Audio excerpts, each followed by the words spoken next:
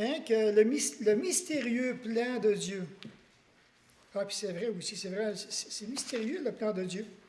Exige la maîtrise de soi, l'obéissance, la spiritualité, la sainteté et un pieux respect de la part des chrétiens, des croyants dans son ensemble. Puis je me rappelle qu'on avait vu juste un petit peu, donc, dans Luc 12, 48, quand il dit « On demandera beaucoup à qui on a beaucoup donné ».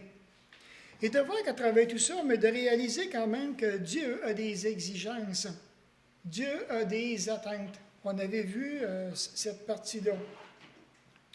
Et de voir qu'à travers tout ça, mais c'est bien entendu que si Dieu a des exigences, qu'il a des attentes, en quelque part, c'est parce qu'il nous a équipés. Il nous a équipés pour le servir. Alors, ça serait vraiment malsain de dire que Dieu ne m'ait rien donné, parce que c'est totalement faux. Dieu nous a donné beaucoup. Et même, on dit que lorsqu'on vient à Jésus-Christ, au moins qu'on a un don, en partant, lorsqu'on vient à lui. Ensuite, donc, on avait regardé aussi dans différents passages cette espérance-là aussi auquel Pierre fait allusion aussi dans les 12 premiers versets, lorsqu'il est dit que Pierre fait ressortir la merveilleuse promesse d'un héritage éternel dans 1 Pierre de 1 à 12. Et de voir maintenant qu'à partir du verset 13, Pierre va sortir carrément des 12 premiers versets, après avoir maintenant posé le fondement, qui parle d'un salut qui était prédéterminé par Dieu, et de voir maintenant, comme on voit dans les versets 2, le verset 3, à ceux qui sont élus selon la préscience de Dieu le Père, par la sanctification de l'Esprit, afin qu'ils deviennent obéissants, qu'ils participent à l'aspersion du sang de Jésus-Christ, que la grâce et la paix vous soient multipliées. Béni soit Dieu le Père de notre Seigneur Jésus-Christ, qui, selon sa grande miséricorde, nous a régénérés pour une espérance vivante par la résurrection de Jésus-Christ d'entre les morts. Et de voir aussi que, donc, comme on disait à partir du verset 13, lorsqu'il disait « C'est pourquoi saignez vos reins d'entendement ». Le « c'est pourquoi », on dit que c'est une expression, donc, qui devrait nous faire réfléchir. C'est-à-dire maintenant que Pierre a tout exposé, la doctrine de base, dans les 12 premiers versets. Maintenant, il se tourne vers nous. Dieu a tout fait ça pour nous. Maintenant, nous, qu'est-ce que nous sommes prêts à faire pour lui? À partir du verset 13, la balle est dans notre camp. Elle est de notre côté, à partir du verset 13. Puis après ça, donc, on avait vu encore cette approche d'avoir donc une entière espérance que le croyant devrait démontrer. Ensuite, mais là, je passe un petit peu vite pour m'en aller. Exactement, on avait arrêté donc à ce passage. Que le Dieu de l'espérance vous remplisse de toute joie. Celui-là ici.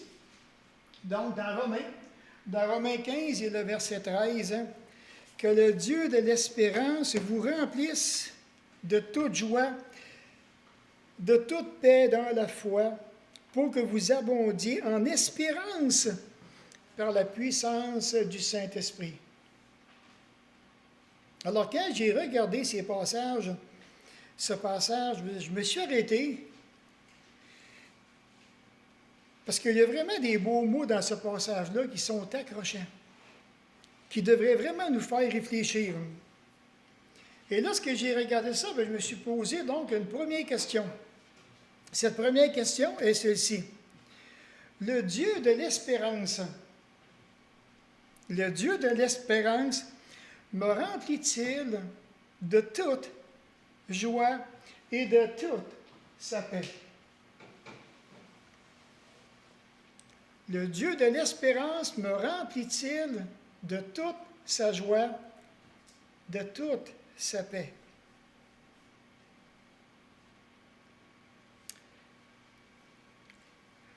Alors, quand que je me suis posé cette question-là, il est devenu comme un silence dans le cœur. Puis je me suis dit,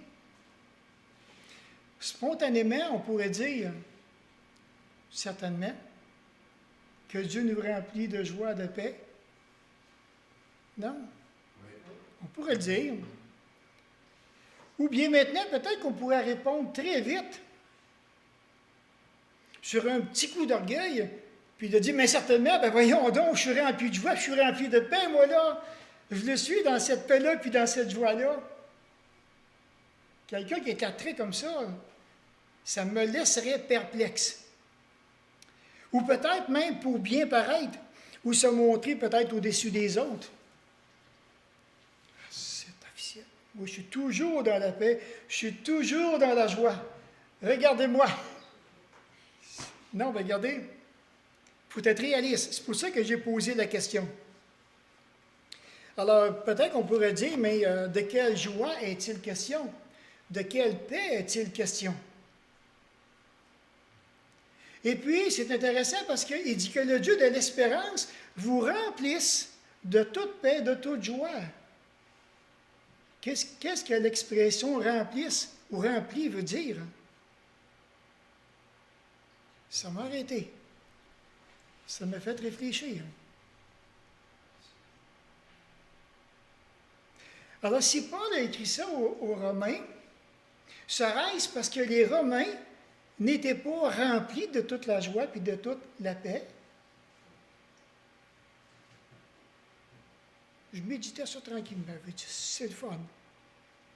C'est agréable. Après ça, mais Seigneur, coudonc, es-tu en train de me dire que ça se pourrait que moi-même, que je ne serais pas rempli de la paix et de la joie, si je l'applique à moi personnellement?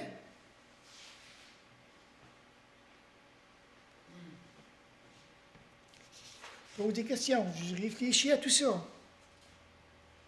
Alors maintenant, sommes-nous vraiment transparents devant cette question ou bien devant ce verset que nous pourrions répondre non, je pense que je ne suis pas rempli de cette paix-là, de cette joie-là. Qu'il vous remplisse. Peut-être que c'est superficiel. Peut-être que c'est par moment. Puis à un moment donné, je ne l'ai plus, c'est parti. Où est-ce que c'est parti? Je ne sais pas, j'en ai aucune idée. Alors, quand j'ai regardé ce passage-là, donc dans ma première observation, j'ai remarqué le mot joie et le mot paix. Tiens, j'ai dit la joie, la paix, à quelle place qu'on retrouve ça? Dans le fruit de l'esprit. Puis là, dans Galates, bien entendu, dans Galates, il est dit, Galates 5, 22, hein? Donc, il est dit, le fruit de l'esprit, c'est l'amour, la joie, la paix, la patience, la bonté, la bienveillance, la fidélité, la douceur, la maîtrise de soi. Bon.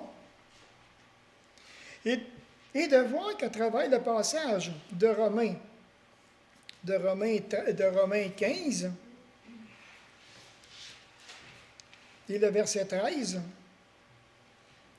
que le Dieu de l'espérance vous remplisse de toute joie, de toute paix, dans la foi, pour que vous abondiez en espérance par la puissance du Saint-Esprit. Alors maintenant, donc, je reviens encore à cette question-là. Le Dieu de l'espérance te remplit-il de toute sa joie et de toute sa paix? Je pense que cette question-là demande de la réflexion.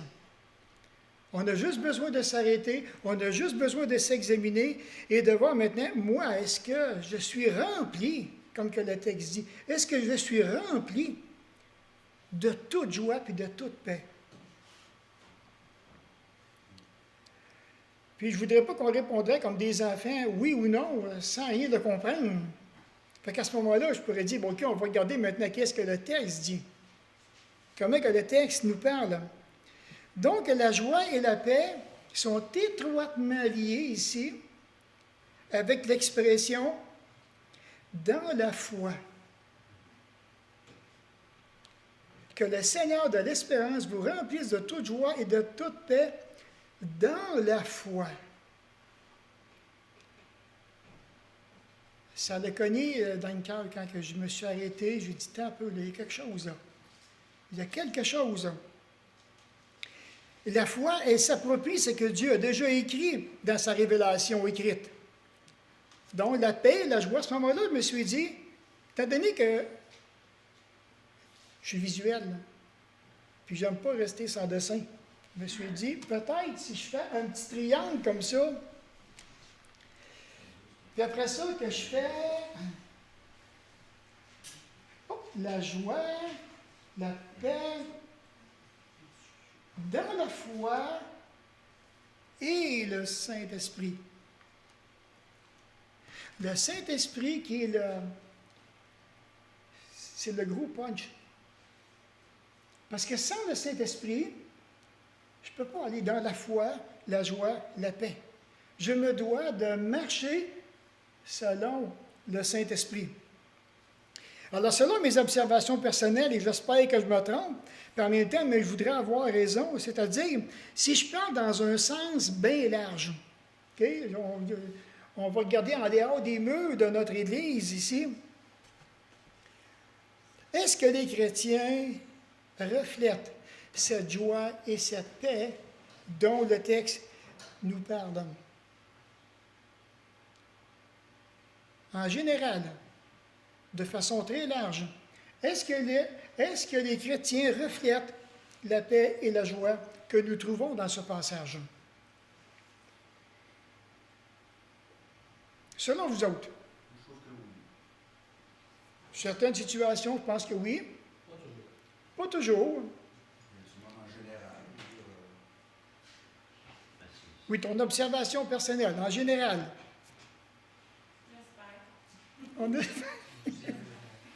On espère. Oui, Gilles? La paix ça, je pense que tu l'as pas mal tout le temps. C'est la paix du Saint-Esprit, la paix profonde, mais la joie pas tout le temps. Tu sais, la joie, ça fluctue. Ça peut fluctuer. C'est quand même cyclique. Hein? Tu ne peux pas l'avoir tout le temps. C'est même impossible. OK, c'est bon. Oui? Tu sais, moi qui est arrivé, que je ne connaissais pas ça, tu sais, il a fallu que ça me soit enseigné, puis que je le vive en même temps. Et les gens qui me l'enseignaient, puis de ce que je pouvais voir, tu sais, du monde qui avait plus d'expérience que moi, c'était que ça revenait tout le temps à ça, c'est mettre ta confiance dans le Seigneur pour, après ça, avoir, tu sais, c'est là que tu vas être plus joyeux, puis que tu vas être en paix intérieure, parce que, tu sais, moi, c'est ça que je cherchais, c'était toujours mon questionnement, puis c'était pas le fun, mais de ce qu'on m'a enseigné, de ce que j'ai pu voir, les gens, en tout cas, c'est sûr qu'on ne peut pas être parfaitement tout le temps dans la joie et dans la paix. Là. Je le comprends aujourd'hui parce que maintenant je le cache plus, là, je le saisis plus, mais c'est ça, on ne peut pas tout le temps, mais la doctrine est là et on le sait. Tu sais. Je pense que c'est bien saisi des chrétiens qui essaient de l'appliquer. On a nommé nos bas. Oui. Martin? Il y a une joie qui ne nous quitte pas, c'est la joie de lui appartenir. Il y a une paix qui ne nous quitte pas, c'est la paix avec Dieu dans le sens qu'on a été racheté, on a été sauvé. Mais sur la terre, on va vivre encore des déceptions, de la tristesse, puis on va vivre encore des épreuves qui vont nous amener à peut-être des fois perdre la paix terrestre. Mais je pense que par le Saint-Esprit, on parle plutôt des choses qui sont célestes, quoique ça peut nous amener à vivre une paix terrestre aussi. Je le pense aussi. Alors là, moi, je me suis arrêté et je me suis dit, étant donné que la joie et la paix sont dans la foi, qu'ils sont dans la foi. Alors maintenant, si la paix et la joie sont dans la foi, qu'est-ce qui trouble le plus la foi d'un chrétien? Moi, j'ai marqué des choses, là. La disposition du cœur peut troubler vraiment la paix et la joie, effectivement, de celui qui est toujours dans la foi qu'on parle. Oui? Les influences. Oui, c'est le petit. Les épreuves, oui, certainement. Le péché. Oui. Ça, je l'ai écrit, oui. Le doute est en conflit avec la foi. Ça, oui, beaucoup. Beaucoup qui vivent des doutes en conflit avec la foi. Effectivement, oui. Moi, la parole, la prière, c'est très facile de perdre la foi, de la perdre de manière permanente, mais de la perdre dans le sens, momentanément, c'est difficile de vivre par la foi, parce que la foi est nourrie par la parole. Puis notre paix est nourrie. Est-ce qu'on perd la foi ou bien on cesse de la mettre en pratique? Exact. On chancelle. Exact, mais on vient d'avoir des doutes. OK. J'en ai marqué quelques-unes. Alors, moi, je crois qu'à un moment donné, peut-être les laisser aller. Les laisser aller. Par exemple, responsabilité familiale, responsabilité communautaire, nos responsabilités personnelles, ou bien maintenant, on va arriver, puis on laisse aller la chose. Pourtant, on connaît la parole, on sait ce que Dieu demande, mais on veut laisser aller. On fait un choix personnel, on laisse aller.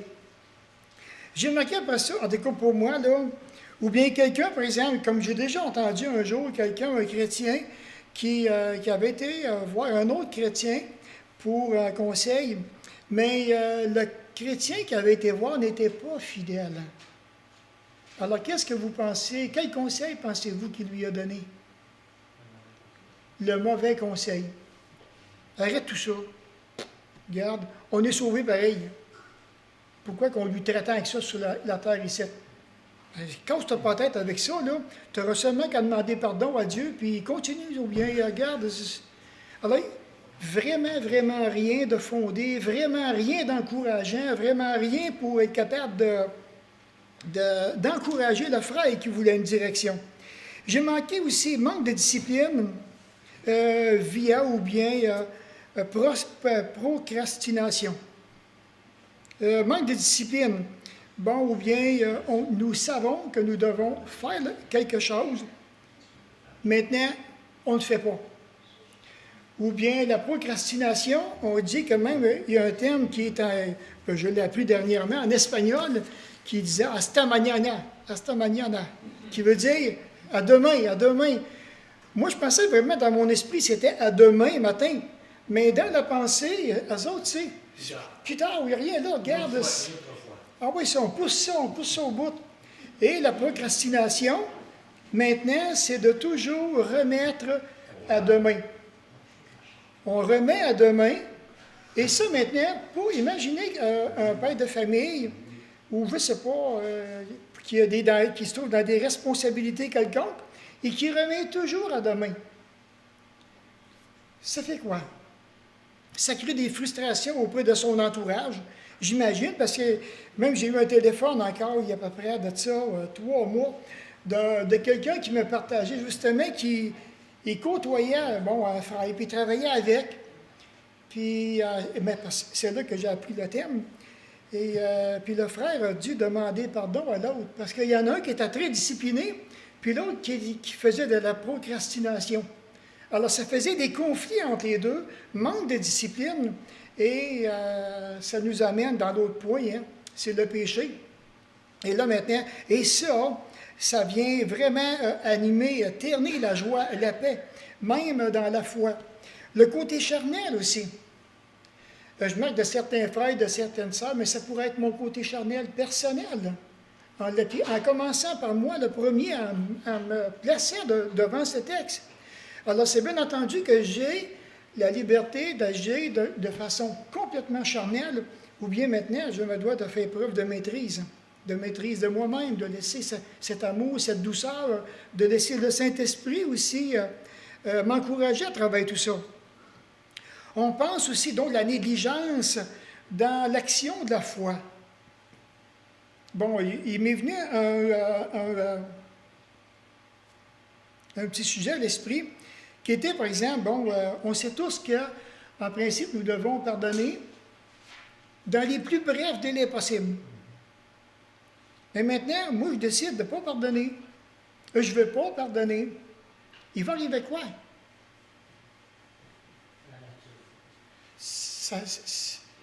Imaginez jusqu'où que ça va aller. Pendant le temps, pourtant, je le sais, je le vois, je regarde à la parole, mais j'ai tendance à être négligent. Ça ne me tente pas. Regarde, quand j'aurai le goût de m'arrêter, je m'arrêterai. Pour comprendre qu'il y a des blessures parfois qui sont profondes. Des blessures qui sont difficiles à pardonner. Il y a des déchirures dans le cœur. Et à travers tout ça, mais c'est la réaction de notre foi. Est-ce que vraiment que je réponds à la foi de ce qui m'est demandé? Je devrais le faire, mais il se peut que je ne le fasse pas, ou bien ça va prendre des... Écoutez, il faut que je vous raconte quelque chose. C'est vrai, ça donne.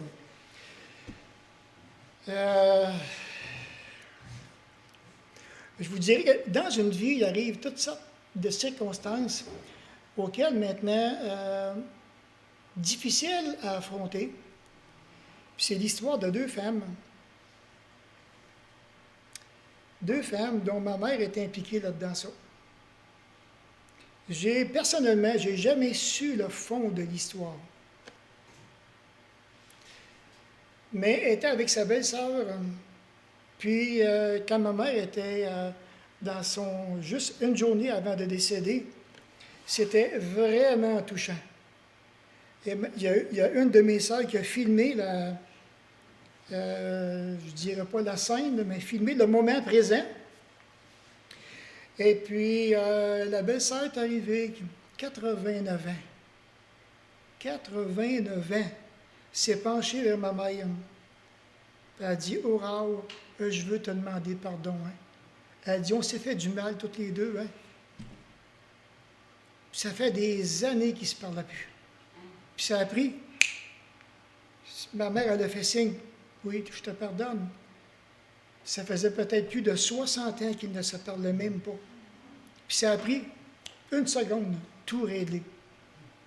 60 ans, tous les deux, à avoir le cœur dur, pas se parler, pas se regarder, pas se téléphoner, pas prendre aucune nouvelle de l'une de l'autre.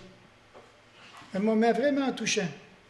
Alors, tu regardes ça sur le DVD, puis ça donne vraiment... Il y a des larmes qui viennent, parce que c'est ma mère avec la belle-sœur, tu sais. Puis ma tante m'en avait parlé. Elle a dit, Michel, elle a dit, ça m'a tellement fait du bien. Elle a dit, juste, elle a dit de lui demander pardon. À titre de valeur, elle a dit qu'il faut faire ça, elle a dit, à la fin de la vie. C'est donc valeur. Mais c'est impossible avant. Impossible.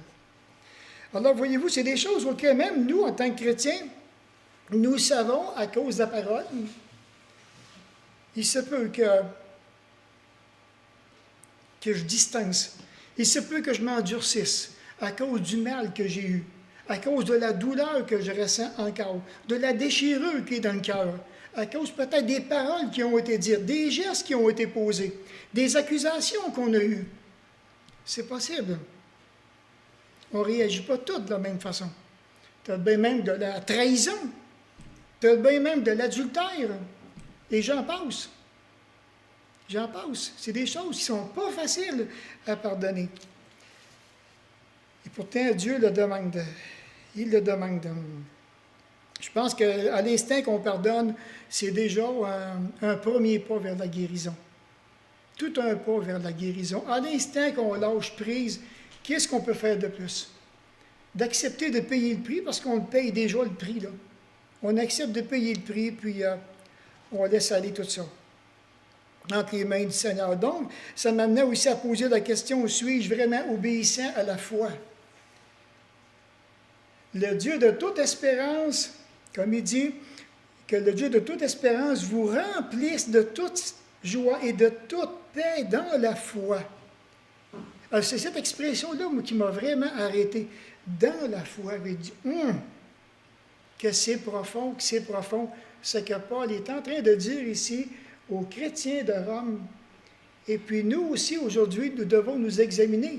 Parce que la paix, la joie, c'est dans la foi. La foi est reliée au Saint-Esprit. C'est vraiment un beau passage. Tout se tient avec la puissance du Saint-Esprit ici. Ah, puis quand que je regardais le texte, je me suis dit, il m'est arrivé à plusieurs fois dans mon parcours de vie chrétienne, je vous dirais, de prendre connaissance de toute forme de paralysie. Sûrement, ça vous est déjà arrivé, vous autres aussi, j'imagine. Mais à maintes reprises, il m'est arrivé dans ma vie personnelle des paralysies qui m'ont amené à payer des prix, je vous dirais, des prix ridicules, des prix insensés. C'est comme ça que je les appelle personnellement, pour la simple raison que dans un cheminement personnel, une des choses auxquelles il y a été un obstacle pour moi dans mon ministère, ça a été la crainte des hommes. La crainte des hommes. Et ça, maintenant, je vous avoue, ça m'a paralysé à plusieurs reprises dans ma vie. Dans quel sens de réaction, on va penser face à toi? Mais tantôt, on va comprendre plus. Tantôt, on va comprendre plus. Ici, maintenant, la foi personnelle d'un pasteur, d'un berger, peut être paralysée par l'arrogance, par l'intimidation, de même que par la rudesse de certaines personnes dans son entourage. Des frères ou des sœurs qui se croiraient vraiment spirituels et que là, maintenant, ils vont attaquer. On lève la hache de guerre, on rentre dedans. Alors, non seulement le berger est paralysé par plusieurs membres, et même plusieurs membres peuvent en être affectés dans une église locale. Plusieurs membres sont affectés, sont paralysés à cause d'un caractère dur, intraitable. Que ce soit par une folie démentielle qui nous surgit en pleine face, puis qu'est-ce qu'on fait avec ça? Ou quelqu'un maintenant qui va arriver puis qui va prendre une petite voix douce pour nous parler. Je suis très, très méfiant de tout ça. Regardez dans le Proverbe 26. Là, c'est le temps, c'est le temps dans le Proverbe 26. Parce que j'ai déjà vu l'accomplissement de ce passage-là ici, dans les versets 24 à 27. Ah, il dit, par ses lèvres, celui qui est se déguise. Ici, on parle vraiment de haine, là. Et il met au-dedans de lui la tromperie. Lorsqu'il prend une voix douce, ne le crois pas, car il y a 7 abominations dans son cœur. Et s'il cache sa haine sous la dissimulation, sa méchanceté se révélera dans l'assemblée. Passage qui me parle beaucoup. J'ai déjà vu des frères s'avancer envers des pasteurs, prendre des petites voix douces, petites voix bien calmes, bien tranquilles, mais mon ami, quand que la mèche a été finie, la bombe a sauté. Aussi, ça va avec le Proverbe 6 aussi. Proverbe 6, le verset 17 à 19, 16 à 19, il dit, « Il y a 6 choses que est l'Éternel, et même 7 qu'il a en horreur. Les yeux hautains, la langue menteuse, les mains qui répandent le sang innocent, le cœur qui médite des projets iniques, les pieds qui s'hâtent de courir au mal, le faux témoin qui dit des mensonges, et celui qui excite des querelles entre frères. » Dieu a ça en horreur. C'est des choses auxquelles un berger fait face et auxquelles maintenant une Église aussi peut être paralysée. Combien d'ouvriers dans le ministère ont été paralysés, qui ont été brisés, qui ont été déchirés dans leurs œuvres, dans leur travail, par des personnes, je vous dirais, sans compassion. Il y en a d'autres que je peux voir, là, même sans génie. On le voit, là, c'était des enflammateurs de querelles dans les églises. En attendant, mais c'est toute la famille du berger qui en souffre. Son épouse en souffre. Les enfants en souffrent. Beaucoup, beaucoup, beaucoup. Et ils viennent d'apprendre une belle leçon de famille. Une belle leçon. Une belle leçon de vie de famille et d'Église. Donc, croyez-le ou non, aujourd'hui, en 2014, j'en connais qui ne mettent plus les pieds dans les églises. À cause que leur papa a été brisé par l'Église. J'en connais personnellement. Pensez-y. Voyant leur papa abattu dans la peine d'un ministère brisé et d'un manque d'amour, de compassion envers la famille éprouvée. Parce que souvent, on se retrouve seul dans des moments de même. On ne comprend pas. On essaie de comprendre. On veut vraiment. On essaie tout. Il n'y a plus rien. Le ministère vient de sauter. C'est terminé. Alors maintenant, le terme paralysé, que veut-il dire? Donc, au sens figuré, qui veut dire frapper d'inertie. Donc, rendre incapable d'agir ou de s'exprimer, complexé, figé et stupéfié. Le terme paralysie, qui veut dire au sens figuré, impossibilité d'agir, de s'extérioriser, de fonctionner. Incapable. Ça ne bouge pas.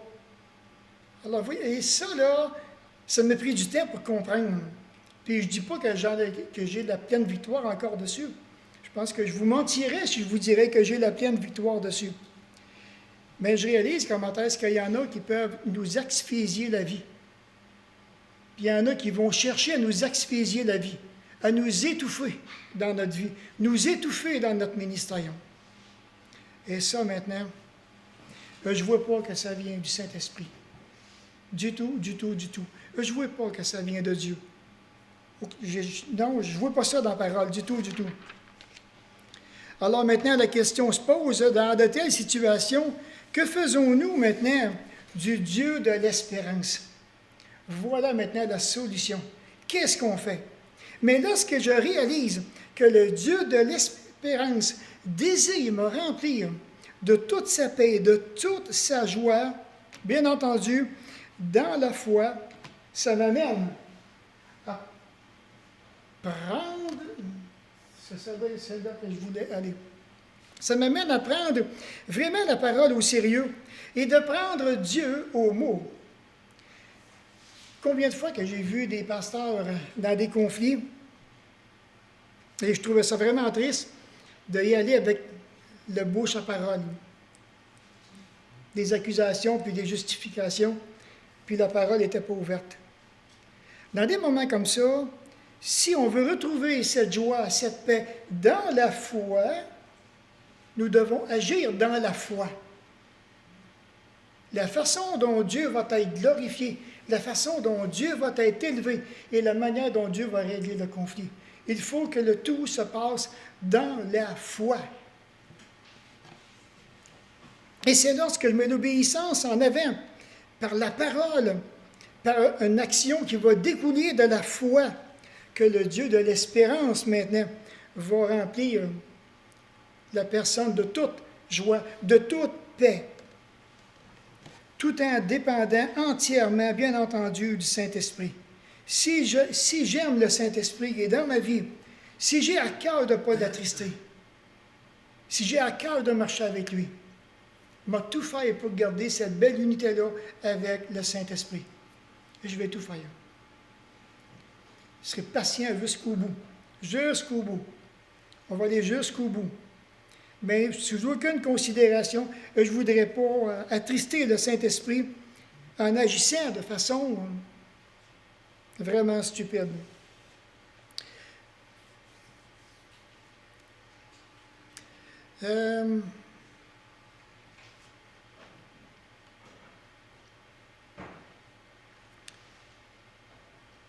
Ah oui, c'est là que Dieu apporte la délivrance, la paix, la joie, maintenant, va prendre place à la fatigue spirituelle et émotionnelle que le serviteur va vivre. Alors, à l'instant qu'on agit par la foi, que nous agissons dans la foi, la fatigue émotionnelle disparaît. C'est la paix, c'est la joie qui prend la place. Et ça, c'est vraiment, vraiment encourageant. Et de voir qu'à travers tout ça, mais c'est que Dieu désire, lorsqu'on agit dans la foi, il va nous amener dans des places qui sont vraiment en sécurité, qu'on va se sentir protégé. vraiment protégé par Dieu. On le voit, même David, dans le psaume 3, il en parle tout au long du psaume 3. Un psaume vraiment formidable. Même, je pense qu'on n'a pas lu, oui, on a lu le psaume 23, mais prenez le psaume 3, qui va vraiment dans ce que je suis en train de vous dire.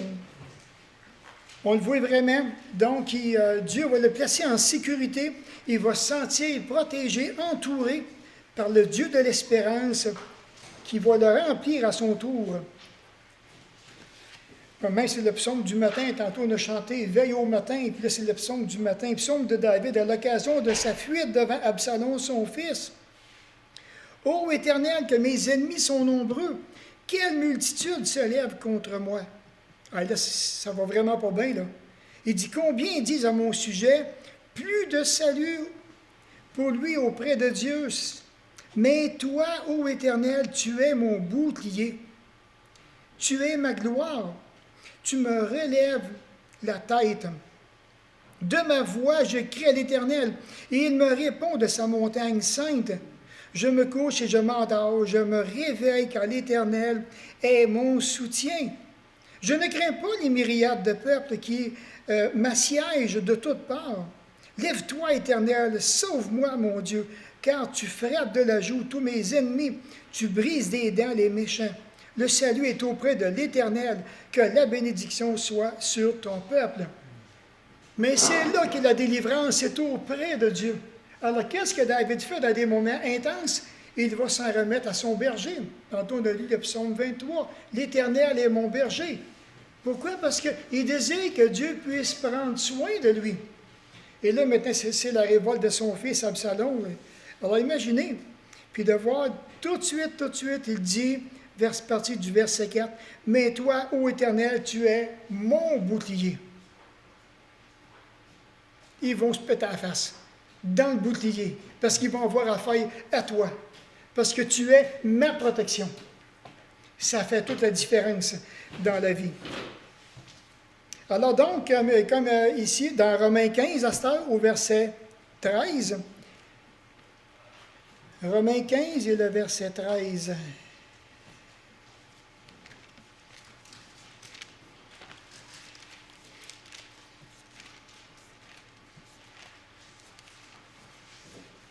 Donc, pour que vous abondiez en espérance par la puissance du Saint-Esprit. Alors, c'est bien entendu maintenant que j'ai besoin de faire cette prise de conscience. Je crois vraiment que ça commence par une prise de conscience. Quand je regarde ce que le texte, ce que Paul a enseigné aux chrétiens de Rome, et lorsque maintenant je m'examine à la lumière de ce passage, que le Dieu de l'espérance vous remplisse de toute joie et de toute paix dans la foi. C'est là que j'ai besoin d'être conscientisé. À savoir maintenant, est-ce que je suis dans la foi, Seigneur? Est-ce que je marche dans la foi? Est-ce que je pratique vraiment ce que tu me demandes? Suis-je obéissant? Est-ce que je fais des pas? Comment tu me vois aller maintenant dans ma marche personnelle avec toi? J'ai besoin de méditer ces passages-là. Et à travers tout ça, c'est bien entendu que pour abonder, on va le voir par les fruits spirituels qui vont en découler. C'est bien entendu que celui qui est attaché fermement à l'Esprit Saint, qui va marcher avec, qui va se laisser diriger, qui va se laisser influencer par le Saint-Esprit, le Saint-Esprit va l'amener qu'à ce que la coupe du cœur va déborder. Et c'est ça qu'on a besoin d'avoir des hommes et des femmes, que la coupe du cœur déborde. Pourquoi? Pour la simple raison qu'il y a une collaboration avec le Saint-Esprit. C'est connecté. C'est connecté. On veut marcher par la foi. On veut demeurer dans la foi. Le Saint-Esprit désire me garder dans la foi. Parce que s'il me garde dans la foi, il me garde dans la paix, dans la joie. C'est son désir qu'il veut me faire personnellement. Maintenant, est-ce que je veux ce désir? Est-ce que je veux me laisser diriger? Est-ce que je veux me laisser humilier par lui? Quand les moments viendront. Même dans Colossiens, regardez Colossiens 1, 23. Qu'est-ce qu'il dit? Si vraiment vous demeurez dans la foi, fondée fermement établie, sans vous laisser emporter loin de l'espérance de la bonne nouvelle que vous avez entendue, qui a été proclamé à toute création sous le ciel et dont moi, Paul, je suis ministre, devenu ministre. Fondé et fermement établi, qui veut dire mettre en vigueur, mettre en application. Si vous demeurez ferme dans la foi, fondé, c'est-à-dire il y a de la vigueur que nous devrions voir chez les chrétiens. Il y a de l'énergie spirituelle qu'on devrait voir chez les chrétiens. Suite au ministère de l'enseignement, par exemple. Et de voir que tout ça, maintenant, comme il dit, sans vous laisser emporter loin de l'espérance. Et ça, c'est important. Imaginez un chrétien qui perd l'espérance. Il va où? Mais sans se laisser emporter loin. Donc, il peut avoir des influences, comme tantôt on a parlé, des influences charnelles. Il peut avoir des influences circonstancielles qui pourraient vraiment m'éloigner, des influences malsaines. J'ai besoin d'être alerte. J'ai besoin d'examiner toutes ces choses-là qui pourraient m'emmener loin de l'espérance. J'ai besoin de m'arrêter. Aussi l'isolement. Oui, l'isolement, effectivement. Peut-être pour un temps, c'est bon parce que ça nous amène dans le silence à réfléchir, mais toujours isolé, ça peut nous emmener aussi loin de l'espérance de la bonne nouvelle. On est aussi, on peut donner le sens d'enraciner, parce que c'est le fait que tu ne sois pas emporté loin, un peu comme une plante fragile qui n'a pas été enracinée, qui est emportée par le vent, mais quand elle est bien enracinée, à ce moment-là, tu n'es pas emporté loin de l'espérance. Puis emporter loin, ça veut dire maintenant, on commence à se refroidir. On commence à prendre des distances parce qu'on est loin de cette espérance-là. Isolement, je l'avais marqué dans mes notes personnelles. Alors ici, maintenant, comme il dit, donc, loin de l'espérance de la bonne nouvelle que vous avez entendue, qui a été proclamée à toute création sous le ciel, et dont moi, Paul, je suis devenu ministre. Et de voir s'il y a une des joies qui demeure dans nos vies, puis qui est bel et bien présente, c'est la joie du salut. Cette joie-là, moi, toutes les fois qu'on parle du salut, qu'il y a des gens qui viennent à la connaissance de Jésus-Christ, ça m'excite tout le temps. Ils ont compris. Enfin, eux autres aussi ont compris. Et on voudrait que toute la famille comprenne cette belle joie-là. Juste le fait d'avoir été pardonné, c'est une joie qui demeure. Je ne vois pas personne avec la baboune puis dit, moi j'ai été pardonné, puis la baboune pendante. Non, ça ne marche pas. Alors imaginez maintenant, aujourd'hui, on a des frères et des sœurs qui malheureusement sont emportés bien loin de l'espérance de l'Évangile. Bien loin. Ça fait penser à ce que Paul dit dans l'Épître aux Galates. Prenez-les. Dans Galates 3, le verset 1 à 3. C'est juste un petit texte, mais vous allez voir comment est-ce que ça fait réfléchir. Peut-être qu'à un moment donné, ça serait intéressant de le développer aussi, là. Certainement. Donc, dans Galates chapitre 3 et le verset 1 à 3, ce que Paul dit, ô Galates, dépourvus de sens, qui vous a fasciné, vous, aux yeux de qui Jésus-Christ a été peint comme crucifié? Voici seulement ce que je veux apprendre de vous. Est-ce par les œuvres de la loi que vous avez reçu l'Esprit ou par la prédication de la foi? Êtes-vous tellement dépourvus de sens, après avoir commencé par l'Esprit, voulez-vous maintenant terminer par la chair? Il y a une rechute ici. Voyons, il dit, qu'est-ce qui se passe? Il dit, ça ne marche pas, là, ça ne marche pas dans le cœur. Vous avez tellement bien parti, et là, maintenant, vous arrivez à une situation dans vos vies, là où que vous revenez en arrière. Ça n'a aucun sens. Ça ne se tient pas du tout. Mais voyez-vous, à travers tout ça, on pourrait se poser la question, mais où sont les modèles? Où sont les modèles aujourd'hui? Quand je suis venu au Seigneur, il y a plus de 30 ans de ça maintenant, nous avions des modèles dans l'Église, des hommes, des femmes auxquels on pouvait regarder, aller simplement regarder leurs actions et imiter leur foi qui nous encourageait, nous, les jeunes chrétiens. Mais où sont les modèles aujourd'hui qui vont prendre à cœur ce que la parole de Dieu nous dit, puis qui vont continuer, qui vont persévérer constamment? On a besoin d'avoir des modèles dans notre Église, parce qu'il y a des petits yeux qui sont là, qui nous regardent constamment. À voir maintenant, est-ce que nous allons mettre vraiment cette parole en pratique? Qu'est-ce qu'on va faire maintenant de ce que nous voyons, de ce que nous entendons? Que faisons-nous? Ensuite, mais il y avait d'autres passages que je voulais donc parler, mais comme il dit dans Hébreux, cette espérance, nous l'avons comme une encre solide et ferme pour l'âme. Elle pénètre au-delà du voile, là où Jésus est entré pour nous comme précurseur, annonceur, devenu grand prêtre pour toujours, selon l'ordre de Melchizedek. Une autre chose ici, parce que là je passe vite, parce que je termine. La caractéristique ultime de l'espérance du croyant qui nous sera accordée, c'est la grâce qui nous sera apportée lorsque Jésus-Christ va revenir. Toute une grâce que Dieu va nous donner. Imaginez que Jésus-Christ viendrait, on va partir. On part, c'est officiel, là. Préparez-vous pour le voyage, là. On va partir. Il devrait y avoir une joie qui nous anime. Donc, on dit aussi la construction grammaticale de la phrase exprime l'assurance absolue d'un événement futur, comme on voit dans Hébreux 6 et le verset 19 et 20.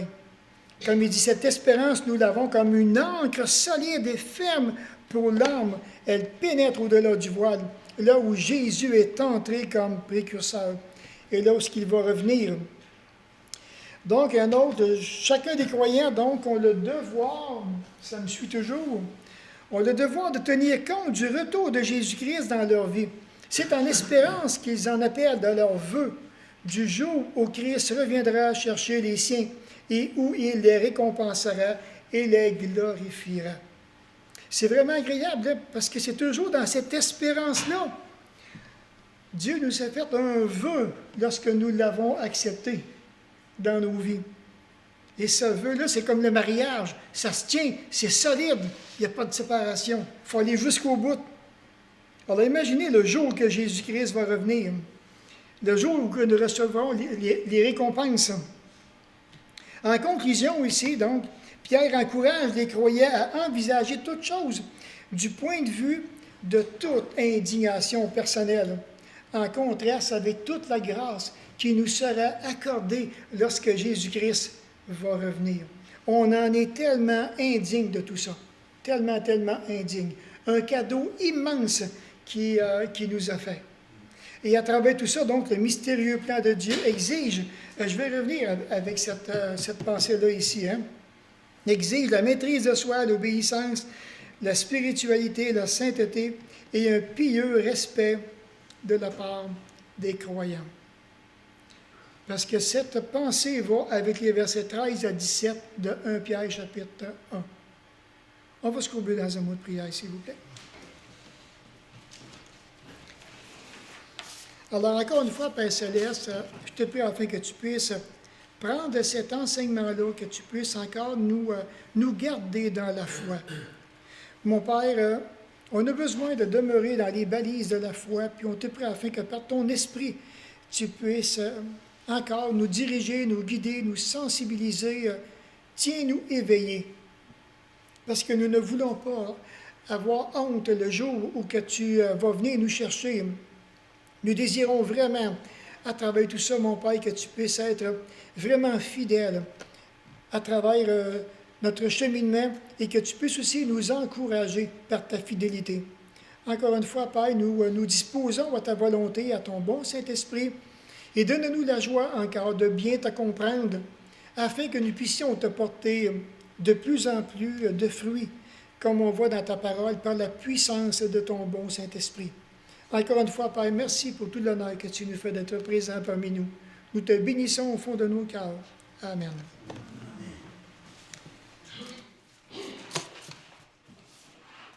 Alors, on va